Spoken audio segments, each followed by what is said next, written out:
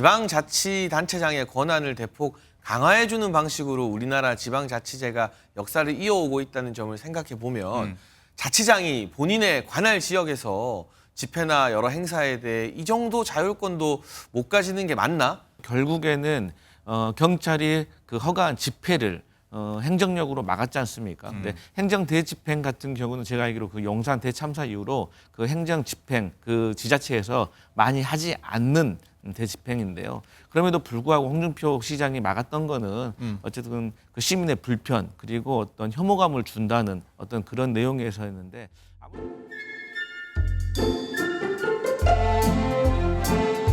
집회 시위를 금지시키거나 해산시킬 수 있는 지자체장의 권한이 명시되어 있지 않습니다. 네. 집회 제한 구역에서 집회를 하려면 도로 점용 허가를 대구시에 받아야 돼요. 근데 도로 점용 허가를 받지 않는 집회는 허용해 줄 수가 없죠. 4월 22일 같은 장소에서 지구의 날 기념 대구시민 생명축제가 열렸습니다. 그리고 5월 13일에는 파워풀 대구 페스티벌도 열렸어요. 퀴어 문화 축제만 안 되는 이유는 무엇입니까? 퀴어 문화 축제만 안 되는 이유를 퀴어 문화 축제만 안 되는 이유가 아니고 퀴어 문화 축제 그렇게 하지 말고 그 퀴어 문화 축제는 인원도 소규모 인원이잖아요. 그냥 땅곳에 가서 하라는 겁니다. 집회 제한은 지자체장의 판단 권한이 아닙니다. 이거는 명백하게 월권이고 위법행위이고 공무집행 방해입니다. 그거는 위원님 혼자 주장하시는 거죠. 법은 내가 더 할 겁니다. 네, 정치권 핫한 이슈를 모아모은 이슈집 프레스룸 라이브의 뉴스 핵심 관계자 두 분 그리고 MBN 장가희 기자와 함께하겠습니다. 어서 오십시오. 안녕하세요. 첫 번째 이슈 앞서 영상으로 보긴 했는데 제가 이렇게 정해봤습니다. 내가 제일 잘 나가. 노래를 잘 못 부른 것 같은데 장가희 기자 브리핑해 주시죠. 네, 어제 국회 행안위에 대구시 국정감사가 있었는데요. 지난 6월에 열린 대구시 퀴어 축제를 두고 홍준표 대구시장 그리고 용해인 기본소득당 의원의 설전이 있었습니다. 당시 이 퀴어 축제 때 대구시는 퀴어 축제 측이 도로 점용 허가도 안 받고 대중교통 전용지구 불법 점거했다고 이 무대를 철거하는 행정 대집행에 나섰고요. 경찰은 이거 적법하게 신고한 집회라면서 이 대구시 공무원들을 밀어냈었거든요. 이때 좀 물리적 충돌이 있어서 3명 정도가 부상을 당하는 일이 있었습니다. 그래서 용해인 의원은 퀴어 축제를 금지시킬 수 있는 권한이 시장에게 없는데 홍준표 시장이 퀴어 축제를 해산시키기 위해 행정 대집행을 단행한 거다 이렇게 짚었고요.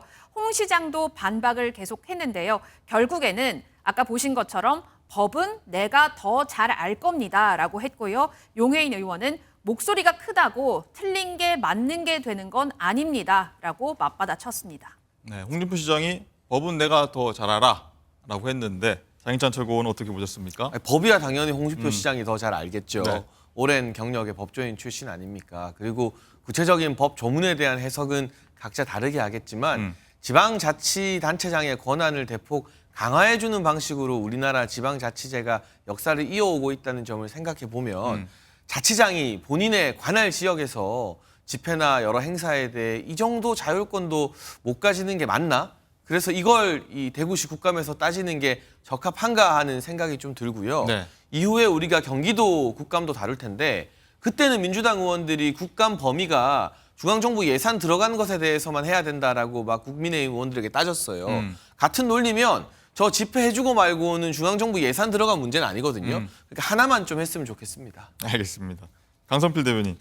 용해인 의원은 이제 목소리 크다고 틀린 게 맞는 게 되는 건 아니다라고 비판의 글을 올렸습니다. 어떻게 보셨어요? 네, 제가 그 용해인 의원과 홍준표 시장의 그 질의 내용을 쭉 봤는데요.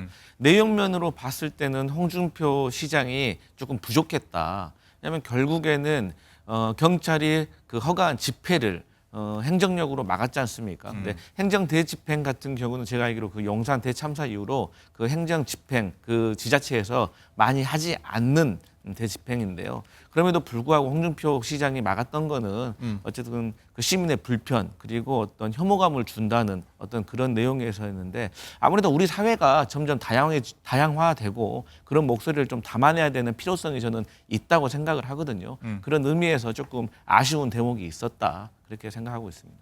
관련해서요 어제 국토위에서도 이제 경기도를 상대로 진행한 국감에서도 고성이 오갔는데 발언 듣고 오겠습니다. 법인카드 가지고 명품 로션 사고 값비싼 탈모 샴푸 사고 제수용품 사는 게 정상적인 공직자 맞습니까? 국민 헬스에 낭비하는 거 아닙니까? 그죠? 그런 질의를 하고 싶으시면 국회에 계시지 마시고 경기도 의회로 가셔서 질의를 하셔야 되고요. 지금 두 분이 질문하셨는데 도지사 법과 얘기만 반복하고 있어요. 이게 정쟁 중단하고 민생하겠다는 여당의 태도입니까? 감사와 고발은 제가 취임하기 전인 7기에 있었던 일이고 그 당사자도 전직 경기도 공무원이었던 배멀한 사람이었다 하는 그 팩트만 알려진다면 뭐 그런 오해가 풀리지 않을까 생각합니다. 네, 김동연 경기지사에 쏟아진 이제 법카 의혹인데 민주당 의원들은요 이제 국감 범위를 벗어난 질의를 하면서 반발을 엄청나게 했는데 장희찬 최고는 어떻게 보십니까? 뭐 국감만 하면 법카 문제예요 이번에. 이게 그만큼 민주당과 이재명 대표 입장에서는 뼈아픈 문제이기 때문에 이런 날선 반응 등이 나오는 것 같습니다. 그런데 좀 일관성을 가졌으면 좋겠어요. 경기도에서는 법카 문제가 국정감사 대상이 아니라고 하면서 방금 본 대구시에서는 역시나 그거 국정감사 내용 아닌데 막 질의하잖아요. 네. 그러니까 여야 간에 국정감사 범위에 대한 합의가 이루어지는 게 우선이고요.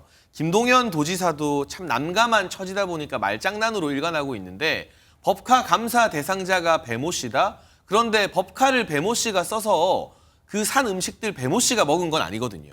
이재명 대표와 김혜경 씨 부부가 먹었습니다. 그러면 당연히 이 법적 책임이 법카 유용을 통해서 이득을 본 사람에게까지 간다는 건 공무원 오래 했던 김동연 도지사도 모르지 않을 텐데 개딸들에게 시달리다 보니까 좀 겁을 먹은 것 같고요. 어쨌거나 이게 국감 범위에 포함되고 포함되지 않고를 떠나서 그만큼 우리 국민들이 세금을 함부로 유용하고 횡령하는 문제, 그리고 공무원이나 부하 직원에게 갑질을 하는 문제에 대해서 아주 민감하다는 것은 정치인들이 좀 경각심을 가지고 알아야 될 것 같습니다.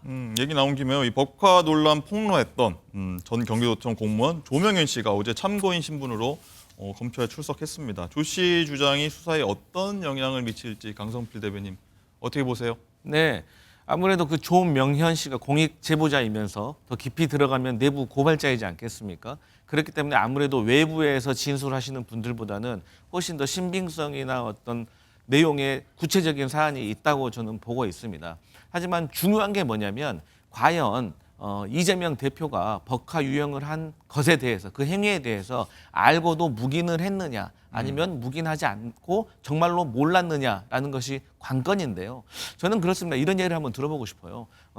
바깥일로 바쁜 가장이 밖에서 열심히 생활을 하다가 집에 밤늦게 들어와서 또 아침에 일찍 일어나서 머리에 샴푸를 감는데 그 샴푸가 일본어로 써져 있다고 해서 이게 배우자에게 어디서 얼마 주고 샀냐를 묻는 분도 계시겠지만 그렇지 않는 분도 저는 많이 있다고 보거든요. 그렇기 때문에 결국에 이것은 수사를 통해서 밝혀내야지 지금 이전부터 왈가왈부하는 것은 그 자체로서 이게 이재명 대표가 알았구나, 알면서 모른 척을 했구나라는 오해를 우리 국민들에게 줄 수 있다. 그래서 이런 말은 좀 신중하게 해야 된다. 그렇게 말씀드리겠습니다. 사실 이 공익 제보자 조명현 씨를 공식 석상에 끌고 나오신 분이 장희찬 최고 아닙니까?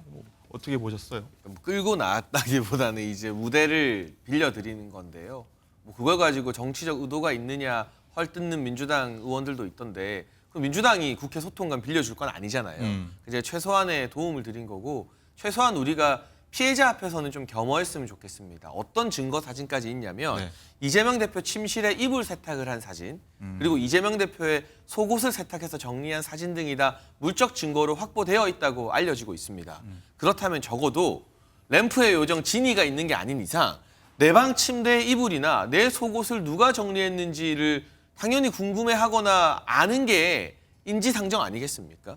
그러니까 세금 횡령이나 법카 유용의 인지 여부에 대해서도 수사가 필요하지만 국민 세금으로 공무하라고 뽑아놓은 7급 공무원을 그렇게 하인처럼 부린 부분에 대해서는 입이 10개라도 할 말이 없어야 되는 게 정상이니까요. 사법적 처리 이전에도 적어도 이러한 갑질 피해 앞에서는 우리 모두가 변명하지 말고 좀 겸허한 모습으로 잘못을 인정했으면 하는 바람이 있습니다.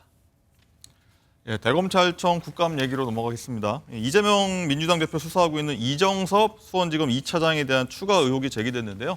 영상 보고 오겠습니다.